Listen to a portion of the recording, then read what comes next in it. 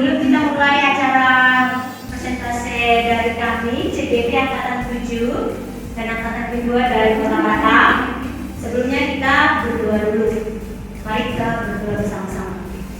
Terima kasih Tuhan Yesus daripada hari ini, teman-teman kesempatan waktu untuk mendapat permintaan Tuhan setiap hari. Sampai dalam sampai kepada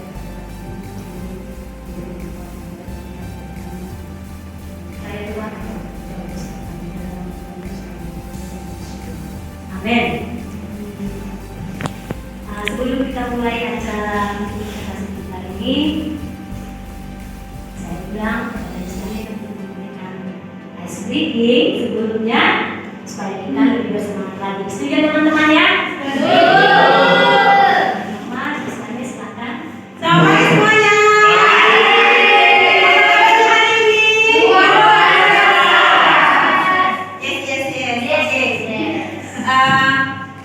Hari ini kami akan menyampaikan tugas kami aksi nyata modul 1.4 budaya positif. Namun sebelum itu mari kita membuka suasana supaya lebih ceria, supaya lebih siap untuk mendengarkan kami.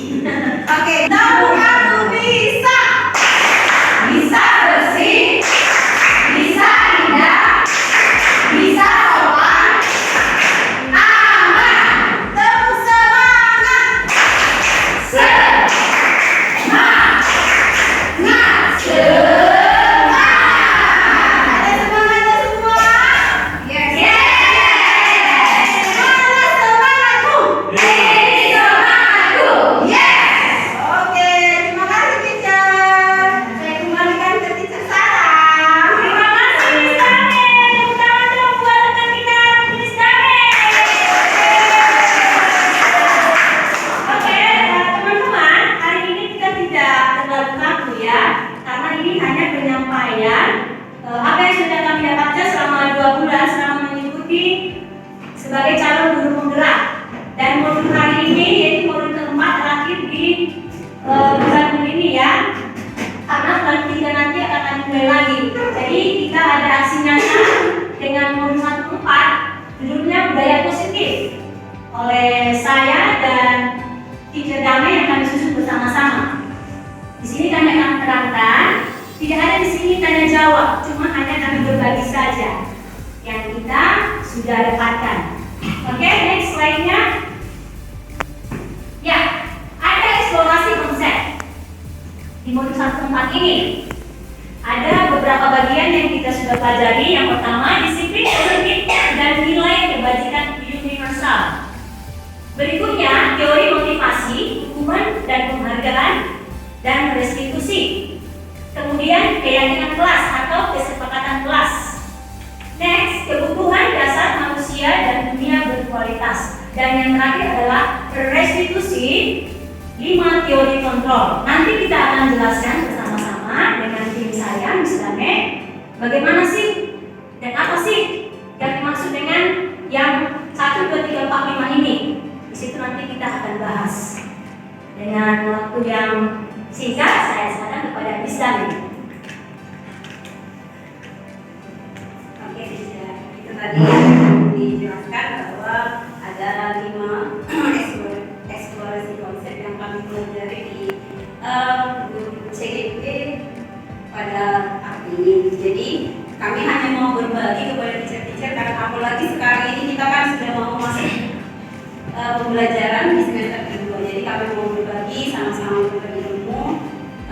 Kami juga mau mendapatkan informasi dari teacher. Kami juga mau berbagi apa yang kami dapat dari CGP supaya nantinya teacher-teacher juga mau ikut menjadi CGP yang baru di tahap berikutnya ya.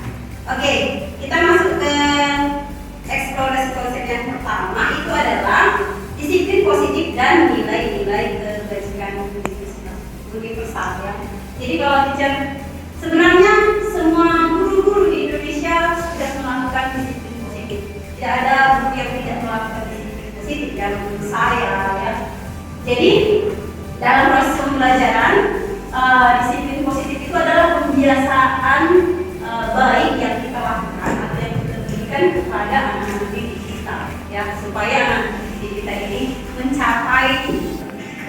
kebahagiaan, kesuksesan mereka. Itu tujuan kita di dalam pendidikan ya. Bagaimana anak-anak yang kita pegang, anak-anak yang kita didik mencapai kebahagiaan mereka di masa yang akan datang.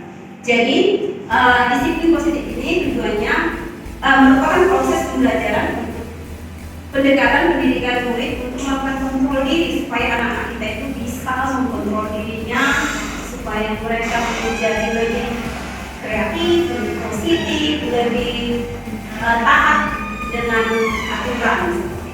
Kita lanjut dengan nilai-nilai kebajikan ya.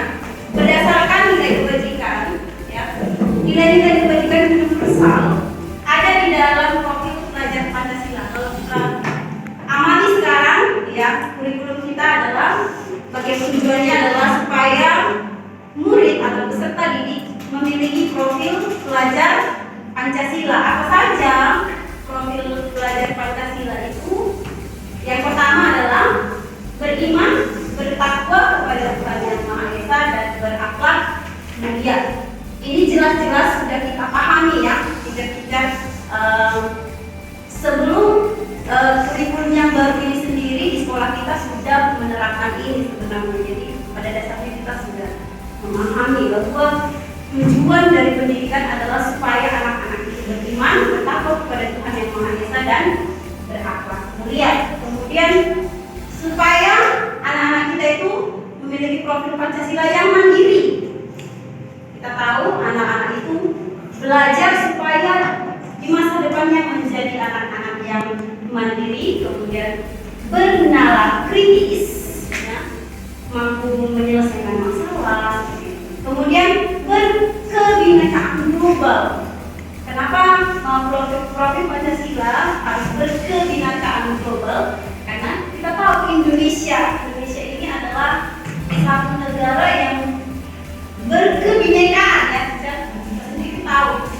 Jangankan di luar dari Pulau Batam, di Batam sendiri kita adalah orang-orang yang global ya. Kita bertemu dengan suku lain, agama lain, ya, dengan budaya yang berbeda, sehingga diharapkan anak-anak yang kita didik memiliki profil yang berkebinekaan global. Artinya anak-anak itu menerima perbedaan, memiliki toleransi yang tinggi terhadap perbedaan. Kemudian adalah anak-anak yang kita tuntun, kita bimbing memiliki profil bergotong royong, karena kita tahu setiap anak yang lahir itu tidak akan mungkin hidup dengan dirinya sendiri, harus dengan orang lain, dengan sosial. Jadi sosial itu harus ada sikap gotong royong, saling tolong-menolong, membantu. Jadi disinilah yang kami pelajari PDB. Lalu kreatif. Nah ini sama, sebenarnya semuanya ini sudah sangat kita kenal, apalagi di basic ya kan, kita kenal dengan 4 pilar dan 8 unsur 4 pilar itu. Yang terakhir adalah anak-anak yang kita bimbing menjadi anak-anak yang kreatif, yang mampu belajar dengan mandiri, yang inovatif, dan yang paling penting adalah nomor 1 tetap beriman, bertakwa kepada Tuhan Yang Maha Esa. Yes. Terima kasih teacher. Saya kembalikan ke teacher Sarah. Terima kasih teacher Damai. Restitusi. Pasti di benak kita banyak bertanya ya, apa sih teori motivasi hukuman, terlebih hukuman ini ya, dan penghargaan. Menurut Dian Dosen dalam bukunya Distraction School Discipline menyatakan ada 3 motivasi perilaku manusia, yaitu untuk menghindari ketidaknyamanan atau hukuman. Kita sebagai pendidik pasti banyak mendapatkan hal ini ya. Kita sering memotivasi anak supaya mereka semangat, namun kita tidak terlepas dari adanya hukuman dan juga penghargaan. Di sini nanti akan kita bedakan sedikit demi sedikit apakah hukuman itu boleh dilakukan dan penghargaan itu juga boleh diberikan kepada anak. Untuk menghindari ketidaknyamanan atau hukuman ini, anak-anak pasti kita akan berikan mereka tugas contohnya. Lalu tindakan. Namun kadang kita lalai, langsung memberi hukuman seperti itu. Tetapi sebenarnya itu salah. Namun harus kita motivasi dulu, kita tanya dulu alasannya dan kenapa. Semua kita sudah melakukan ini. Namun kita tanpa kita sadari yang kita lakukan itu sudah benar menurut kita pribadi. Tetapi sebenarnya tidak. Lalu untuk mendapatkan imbalan atau penghargaan dari orang lain, ini menurut dia dosen itu kita lakukan kepada anak kita. Oh, kamu mengerjakan ya hari ini ya tugasmu ya, bagus ya, bagus, very good. Dicontoh ya, seperti itu. Ada penghargaan dengan kata-kata motivasi. Kemudian untuk menjadi orang yang mereka inginkan dan menghargai diri sendiri dengan nilai-nilai yang mereka percayai. Tadi dijelaskan dengan profil Pancasila. Nilai-nilai yang mereka percayai ada tadi dijelaskan ada 5. Dalam teori motivasi ini, kita itu sebagai guru, bolehkah kita memberikan penghargaan kepada anak? Ada pasti berkata boleh dan tidak boleh. Tapi melihat penghargaannya bentuknya seperti apa? Penghargaan yang bagaimana? Apakah dia berbentuk fisik? Contohnya seperti sertifikat. Bolehkah itu diberikan? Kalau zaman sekarang itu pasti ada 2 pertanyaan, boleh dan tidak. Namun penghargaan dengan berbentuk, contohnya memberikan sertifikat, itu di beberapa sekolah ada. Tentunya sekolah kita juga ada kan? Karena apa? Karena ada sebuah sekolah pasti untuk masuk ke sekolah itu dari jalur prestasi. Prestasinya apa? Mungkin banyak seperti bakat-bakat anak. Itu penghargaannya contohnya. Jadi dari teori motivasi hukuman dan penghargaan ini di restitusi nanti akan kita bahas lagi. Dia restitusinya teori kontrol dengan restitusi. Next bisa.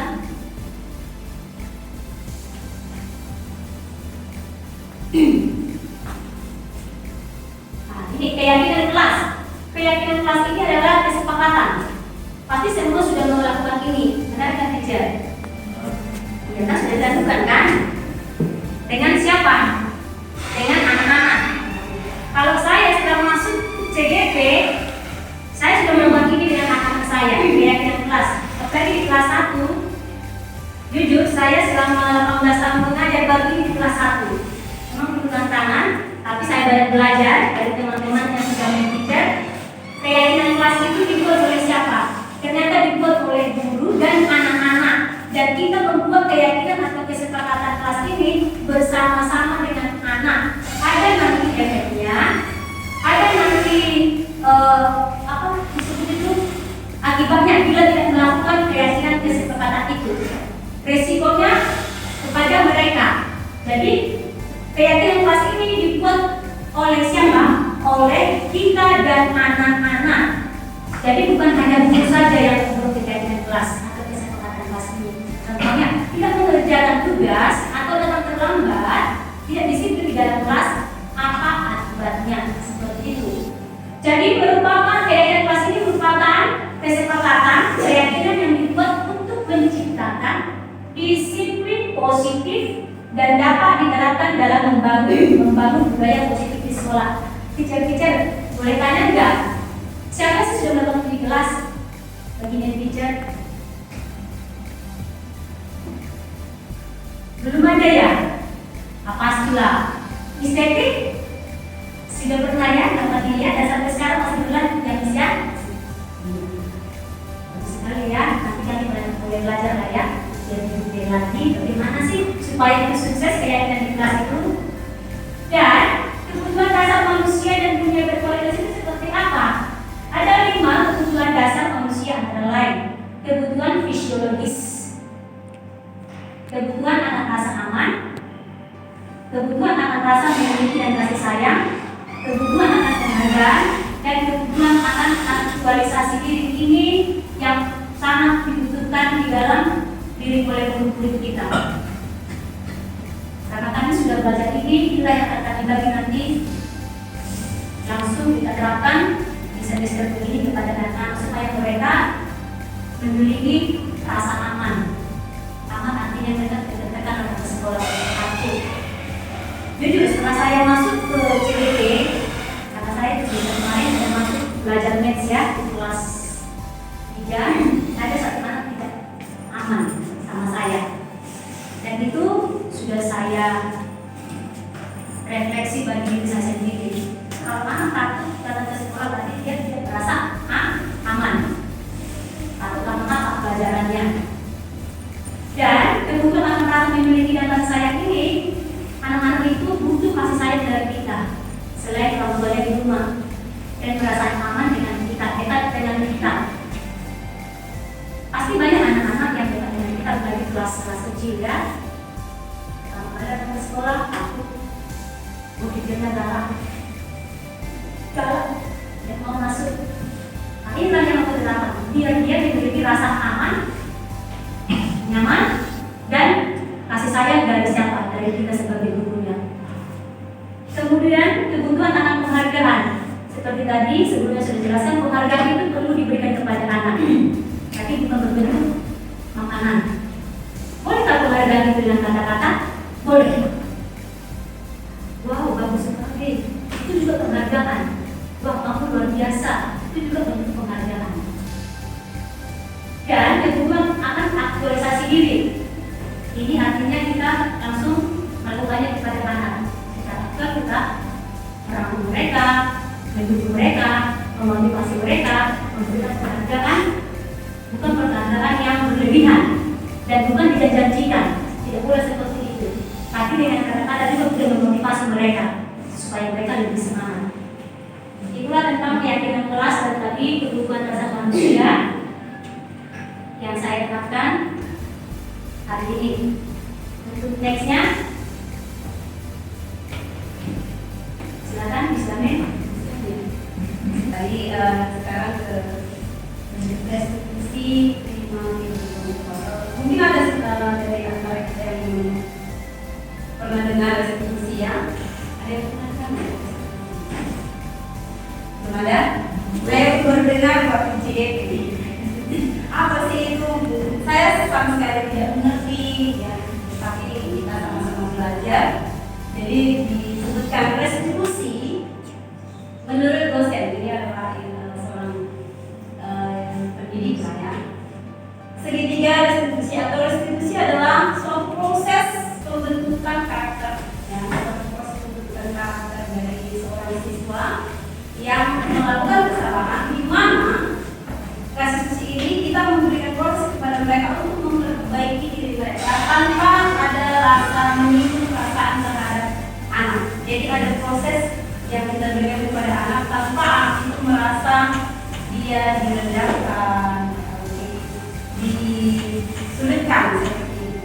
Jadi segitiga restitusi, dikatakan segitiga restitusi karena memang bentuk prosesnya ini adalah bentuk segitiga. Jadi ada 3 tahap dalam proses restitusi, makanya disebut segitiga restitusi. Jadi segitiga restitusi adalah proses menciptakan kondisi bagi murid untuk memperbaiki kesalahan mereka sehingga mereka dapat kembali ke dalam kelompok mereka dengan karakter yang lebih kuat. Jadi kalau kita ingat kembali teacher tadi, ada 5 kebutuhan dasar manusia yang termasuk kita. Jadi kita butuh kelima hal ini. Nah, kenapa kalau ada salah satu dari kelima ini tidak terpenuhi, maka terjadi masalah baik pada diri kita maupun kepada anak-anak didik kita. Jadi misalnya kebutuhan fisiologis itu kan kebutuhan dasar kita, makan, minum, pakaian dan segala macamnya. Kalau tidak tercukupi kebutuhan itu, tentu ada yang salah dengan diri kita kan, dengan anak-anak juga.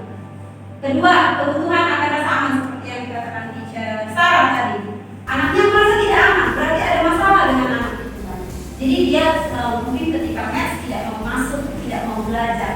Nah, seperti itu. Jadi kalau kita ada masalah dengan 5 kebutuhan dasar ini, maka muncullah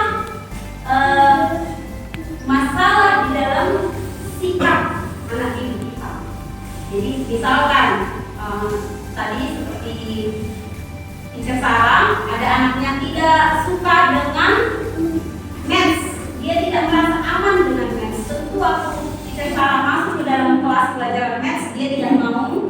belajar dengan sungguh-sungguh. Jadi bagaimana cara penyelesaiannya? Seperti itu. Ada 3 tahap yang disebut dengan segitiga restitusi.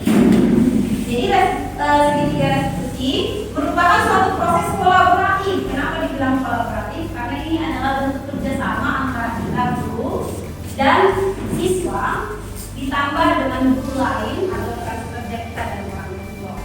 Ya, jadi proses kolaboratif ini akan mengajarkan murid untuk mencari solusi pada masalah yang terjadi. Jadi kita bersama anak berkolaborasi menemukan masalah dan mencari solusinya itu bersama-sama, bukan kita yang menyelesaikan masalahnya sendiri, tapi anak-anak itu juga diminta menyelesaikan masalah yang terjadi dalam dirinya. Maka ada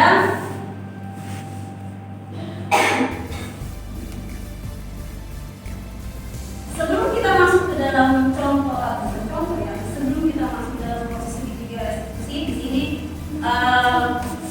kita lihat dulu posisi guru yang terjadi. Ya, posisi guru itu yang saya pelajari di program CIP, ada 5 posisi kita sebagai seorang guru di kelas atau di sekolah. Ya. Yang pertama adalah posisi penghukum. Ini sering sekali terjadi kepada kita. Kalau anak bermasalah kita hukum, dan biasanya hukuman ini sangat tidak relevan dengan kesalahannya. Contoh misalnya dia tidak mengerjakan PR, kita hukum loncat kodok. Ya. Apakah itu relevan? Dia nggak kerjain PR tapi kita hukum loncat kodok, nggak relevan kan? Tapi memang itu kita sadari, kita lakukan. Kita menganggap jika kita menghukum anak dengan cara seperti itu, dia akan jerah. Besok-besok tidak akan melakukannya, gitu ya. Kemudian yang kedua adalah kita sering membuat rasa bersalah. Ini saya sering sekali melakukannya. Contohnya begini, aduh kalian nggak kasihan ya sama teacher, sudah capek loh teacher mengajari, tapi kalian nggak mau mendengarkan. Nah ini sering sekali terjadi kepada kita. Secara pribadi saya sering melakukan ini. Jadi posisi saya sebagai seorang guru sering di nomor 2 ini. Dan saya pikir juga banyak juga teacher-teacher yang melakukan seperti itu ya. Kemudian adalah posisi kita sebagai guru sering sebagai teman. Nah ini cukup berbahaya sebenarnya kalau kita sebagai teman, karena anak-anak itu akan menganggap kita sama dengan mereka, sehingga rasa hormat itu akan berkurang. Jadi mereka jalan bro, hi sis, gitu ya, karena menganggap kita adalah temannya. Jadi sering, tapi kita tidak menutup mata hal itu tetap terjadi pada diri kita ya. Kemudian kita sebagai pemantau, sering juga pemantau ini guru itu hanya melihat peraturan. Kalau anak itu tidak melakukan sesuatu, lihat peraturan. Jadi segala sesuatu yang dikerjakan anak harus sesuai dengan peraturan. Yang dianjurkan sebagai seorang guru itu adalah posisi sebagai manajer. Manajer itu artinya kita melihat kondisi anak, mengamati kondisi anak, lalu mencari tahu kenapa si anak ini bisa melakukan sesuatu hal yang salah menurut kita. Lalu bersama anak kita dan bersama anak itu menemukan solusinya. Ya, jadi dari kelima posisi guru ini yang paling diharapkan dari seorang guru adalah posisi seorang manajer. Ahli pendidikan dan murid yang diajarkan juga ya kepada kami. Dan setelah saya amati juga lihat ya, bagaimana misalnya untuk anak-anak mungkin sering merasa seolah-olah mereka menghormati kita hanya karena takut dihukum ya. Dihukum sebenarnya kalau di sebenarnya itu kurang baik aja gitu ya, jadi takut dihukum. Kalau membuat kesalahan jadi terus gitu ya. Jadi yang paling dianjurkan adalah sikap manajer, artinya kita bisa menjalin komunikasi dengan siswa dan siswa punya rasa hormat juga kepada guru, tidak seperti seorang guru. Baik, kita masuk ke bagian restitusi. Kita lihat kenapa sih restitusi ini dibuat. Latar belakangnya adalah rancangan ini dibuat untuk menciptakan murid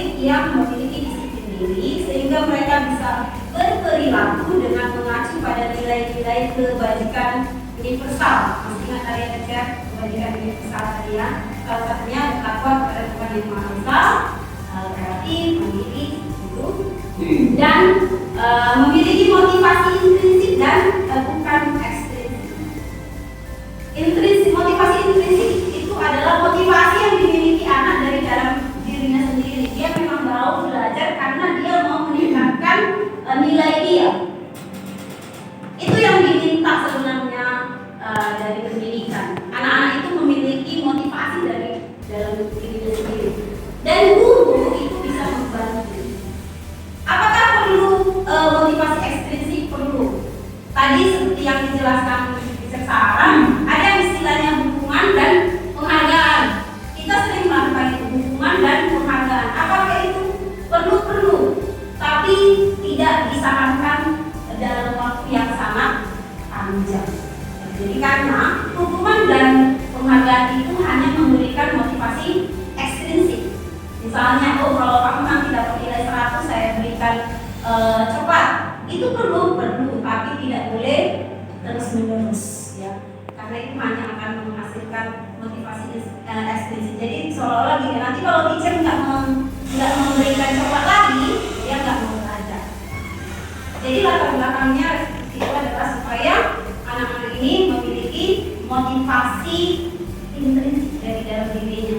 Kebiasaan ini sangat baik pengaruhnya terhadap terciptanya suasana belajar yang kondusif dan membentuk profil pelajar Pancasila. Penanaman budaya positif dalam diri murid sangat penting, mengingat perkembangan arus teknologi yang tidak dapat dibendungnya. Kita tahu iptek sekarang, apalagi semenjak corona ya teacher, pemanfaatan iptek, laptop dan handphone dan segala macamnya, anak-anak itu sudah lebih cepat daripada kita.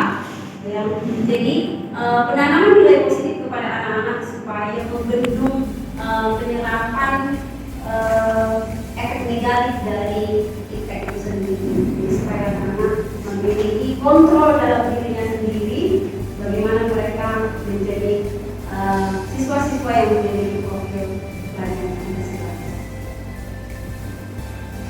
Oke. Kondisi bagi murid untuk memperbaiki kesalahan mereka sehingga mereka dapat kembali ke dalam kelompok mereka dengan karakter yang lebih kuat. Saya akan ambil filosofi dari belajar dengan atas untuk langsung mempelajari. Di situ disebutkan anak itu memiliki mencari keselamatan dan kebahagiaan yang setinggi-tingginya. Itulah yang dicari oleh anak sekarang. Sehingga kita sebagai guru menjadi among bagi mereka. Kalau among itu dalam bahasa kami itu udah tinggi levelnya. Berarti kita ini sebagai among mereka. Kita itu tidak boleh menuntut, tapi menuntut mereka untuk mencapai kebahagiaan dan keselamatan yang setinggi-tingginya. Dan di sini dalam segitiga restitusi ini kita itu berupaya untuk menciptakan kondisi yang kondusif bagi anak supaya mereka itu boleh memperbaiki kesalahan mereka sehingga mereka dapat kembali ke kelompok mereka dengan karakter yang lebih kuat. Artinya itu mereka bisa masuk ke masyarakat yang sesuai dengan kodrat mereka. Hal ini juga merupakan suatu proses kolaboratif yang mengajarkan murid untuk mencari solusi pada masalah yang terjadi. Jadi kita jangan terlebih dahulu ini anak punya masalah nih, langsung kita kasih solusinya ini tidak, tapi kita mendidik mereka supaya mereka mencoba mencari solusinya dulu. Oh kamu tidak tahu ya 1 tambah 1, contohnya 2 loh, 3, tapi kita upayakan mereka supaya mencari solusinya dulu. Di dalam segitiga restitusi ini kita punya pertanyaan. Yang pertama, saya ambil di sini ya, teman-teman. Kamu tentu punya alasan mengapa melakukan itu. Boleh saya kasih contoh ya? Ini pertanyaan saya. Miss Nurti, kenapa kamu melakukan itu? Contohnya saya kasih tugas, lalu itu salah. Kenapa? Apa alasannya? Kenapa? kamu melakukan itu? Jawabannya salah. Saya belum paham. Nah, itulah jawaban dari anak. Itulah yang harus kita ketahui. Lalu, adakah cara yang lebih efektif untuk mendapatkan apa yang kamu butuhkan? Lalu bagaimana caranya supaya itu jawaban kamu benar? Bagaimana caranya? Boleh senyum sebagai contoh ke depannya sebentar sebagai murid ya. Saya guru SMP dulu ya. Oh, suaranya habis ya? Habis satu, ya kan? Bisa bilang sebagai ini contoh muridnya ya. Iya, jadi kami ikut depan. Jadi kita masuk 9. 9 ya. Kenapa kamu membuat tugasmu ini jawabannya salah? Kenapa? Ya, tidak tahu caranya. Lalu bagaimana cara kita sebagai guru untuk menemukan secara efektif biar apa yang dibutuhkan dia itu dapat? Lalu bagaimana caranya? Apa yang harus kamu lakukan? Baca lagi, benar. Lalu dijawab. Benar aja. Asal aja. Iya. Artinya ya, kenapa? Saya boleh kasih nama ya. Kenapa Vero kamu dapat ini? Kenapa ini jawabannya salah? Masa satu bersatu sama yang 6?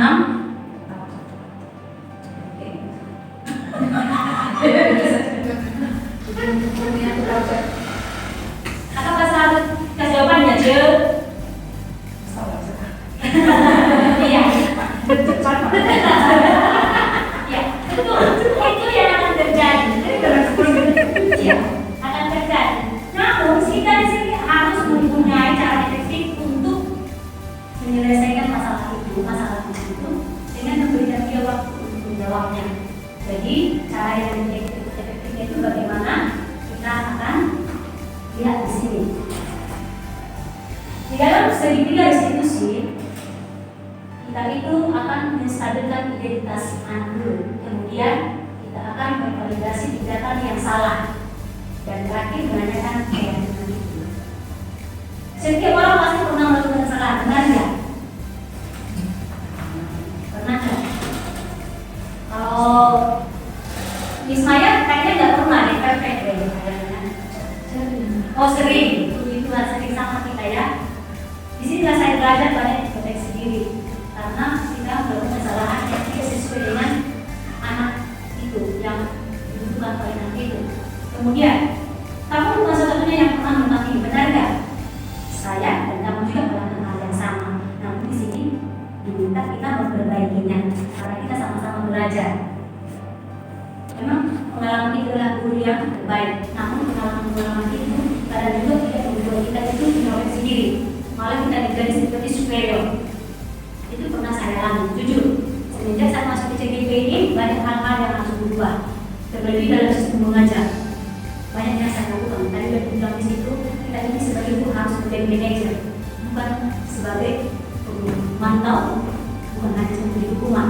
Sehingga anda merasa bersalah. Tadi sudah saya kasih contoh, saya ada di semester kemarin, anak satu tidak merasa nyaman dengan saya. Tidak mau belajar maths. Kebetulan saya introspeksi diri, saya melakukannya dan ada hasil baiknya, anaknya mau diajak kembali. Jadi hal seperti ini kita tidak jangan mau sensitif. Oh, saya kok dibully, oh saya kok tidak. Ternyata kita itu boleh saling memberikan berbagi informasi supaya kita lebih meningkat lagi. Nah, itu yang saya bisa bagikan tentang dari sini. Mungkin di keyakinan kelas dan juga apanya bisa Bisa aja ya. Yang pertama menstabilkan identitas. Misal saya ambil contoh itu ada kemarin. Saya peragakan kemarin sama si Billy. Jadi si Billy ini main handphone, banyak begitu ya. Lalu kedapatan sama guru. Nah, distabilkan dulu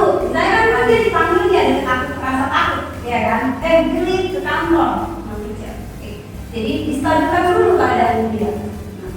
Jadi kamu tahu kamu salah, pasti dia jawab kamu diam atau seperti apa. Terus kamu tahu kamu salah, kenapa kamu dipanggil nak?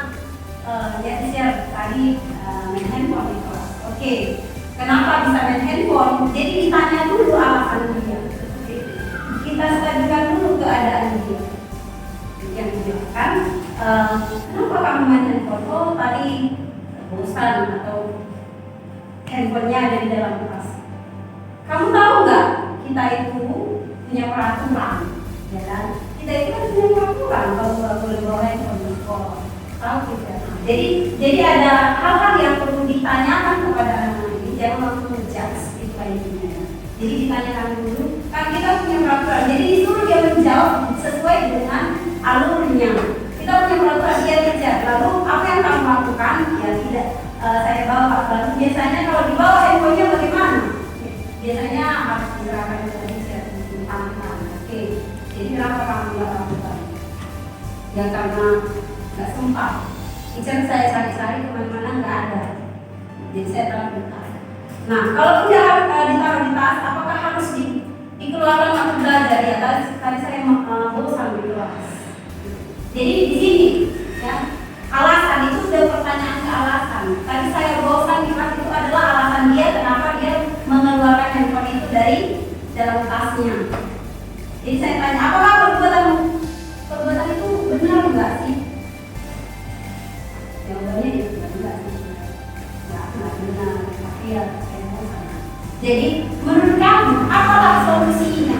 Nah, itu sudah masuk kepada keyakinan ini. Apa solusinya supaya tindakan kamu ini tidak terulang lagi? Jadi kemarin si Billy ini bilang ya teacher, saya minta maaf nanti sama teachernya, saya simpankan maafnya sama teacher. Dan jadi ada hal-hal yang kita berikan, kita tanyakan kepada anak lain. Jadi anak-anak tidak merasa disudutkan.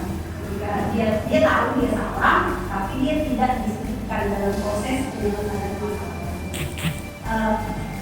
Ini adalah hal yang baru saya pelajari. Tapi saya yakin dan percaya semuanya di sini sudah pernah melakukannya. Tapi kita tidak tahu itu namanya apa, ya kan? Sudah pasti lah, sudah pernah kita lakukan itu, sudah terbiasa nih. Tapi kita nggak ada yang tahu itu namanya segitiga restitusi. Jadi kita tahu ternyata itu saya bukan biasa. Oh saya begitu, tapi ini itu yang terapkan itu adalah segitiga restitusi. Nah,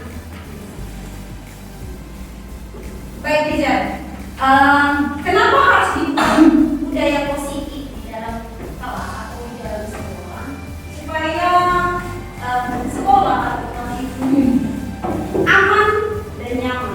Jadi anak-anak itu memiliki rasa aman dan nyaman dalam proses pembelajaran. Seperti yang disinggung tadi sama teacher Sarah, ya.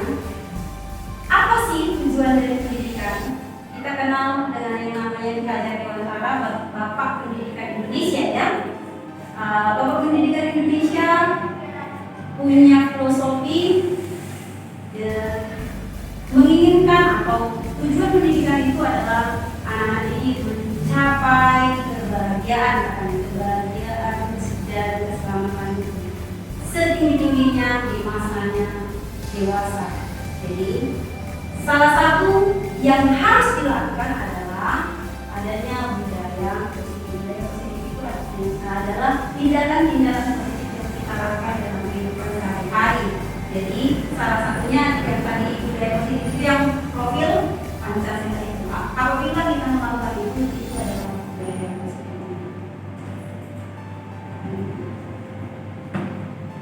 Kita akan lanjut dengan sifat yang cerdas. Ini sudah kita lakukan di sekolah dan kita lihat di kelas kita aku bisa seperti ini ya. Tapi ambil contoh di presentasi ini yang kita bahas di sekolah kita kan sudah dilaksanakan ini, cuma tidak semuanya terlaksana. Benar nggak teacher? Tidak semuanya menerapkan ini. Ya kan Miss Dorcas? Yang ada sisi motif, ya Jopin, ada Mananta, ada sedikit di kelas saya. Mereka belum mengerti ini. Di semester ini harus kita terapkan keputusan kelas 1 ya. Semuanya sudah melakukannya karena sudah kelas 1 sudah melewati masa ini. Jadi tolak ukurnya apa? Supaya murid memiliki karakter yang baik, dan murid itu memiliki rasa tanggung jawab. Kemudian mampu menerapkannya, menjaganya, dan dia bertanggung jawab atas apa yang sudah pernah kita buat sepakati di dalam kelas. Inilah contoh-contoh yang sudah kami lakukan di kelas, lini masa yang sudah kita lakukan. Ini kami belajar dengan membentuk kolaborasi di kelas dengan menyenangkan. Sebelum pelajaran dimulai, semua murid berbicara kepada guru dan teman-teman kelas ini pasti sudah dilakukan semua ya. Namun harus continue, tidak boleh berhenti. Kemudian keyakinan kelas buat secara bersama-sama menuju siapa ketuanya, siapa leadernya, siapa ketua pembersihannya di dalam kelas saya itu sudah saya buat. Dan di kelas Muslimah itu ada sebelum masuk memberi salam dan baca baris di sini ya. Kemudian biasakan membuang sampah pada tempatnya. Semuanya ini sudah kita lakukan, saya yakin karena kita ini sudah diterapkan sebelum masuk di sekolah basic khususnya ya. Ini harus dilakukan, yaitu aku bisa. Namun kita refresh kembali supaya jangan terlalai, jangan terlewatkan akan hal ini sehingga di kelas kita terjadi kekacauan, tidak bersih, tidak aman, nanti ada teguran seperti itu. Oke, untuk menyelesaikan ini semuanya, teman-teman, dukungan yang diharapkan itu dari kami adalah satu dari kepala sekolah yang sudah memberikan waktu kepada kami dan juga sudah mengajak teman-teman untuk berkolaborasi dengan kita untuk presentasi ini, dan juga tak terlepas dari teman-teman semuanya yang akan terus-menerus mengawasi dan melaksanakan kegiatan-kegiatan di sekolah. Terlebih dalam kami nanti mungkin teman-teman akan ada menilai kami ketika kami mengajar. Apa sih yang kamu dapatkan dari BGP itu? Kalian harus minta dan kalian harus melihat kami. Artinya menjadi supervisi teman itu izinkan sekali. Dan juga stakeholder sekolah kita, orang tua murid, sarana dan prasarana yang sudah kita gunakan. Demikianlah teman-teman presentasi kami hari ini. Aksi nyata 114 budaya positif.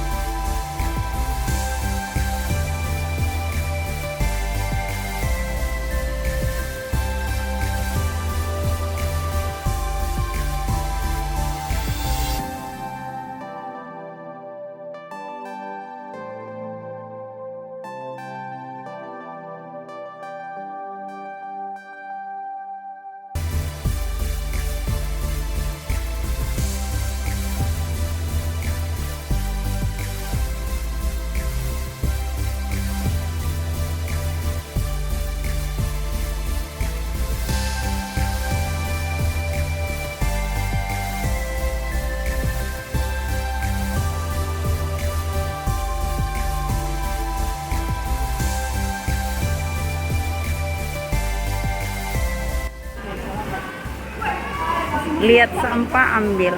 Kegiatan membersihkan lingkungan sekolah secara sadar.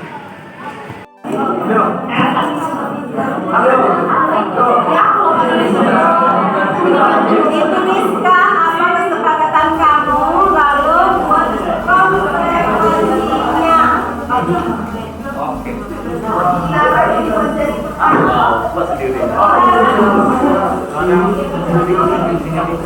Boleh, misalnya begini, sebelum mulai pembelajaran, maunya yang dilarang makan di kelas. Sama ini dilarang yang makan di kelas konsekuensinya harus ini juga loh, ini sama loh, konsekuensinya sama juga. Iya naik makan. Baca deh. Masih lagi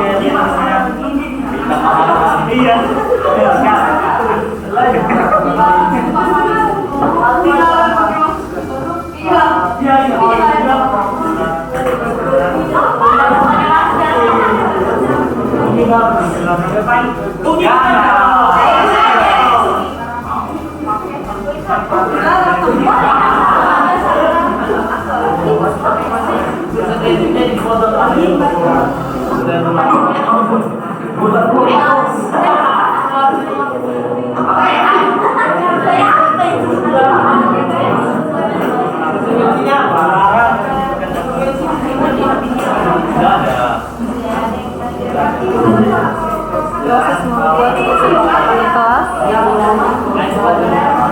gerakan berdiskusi, melakukan kesepakatan kelas masing-masing.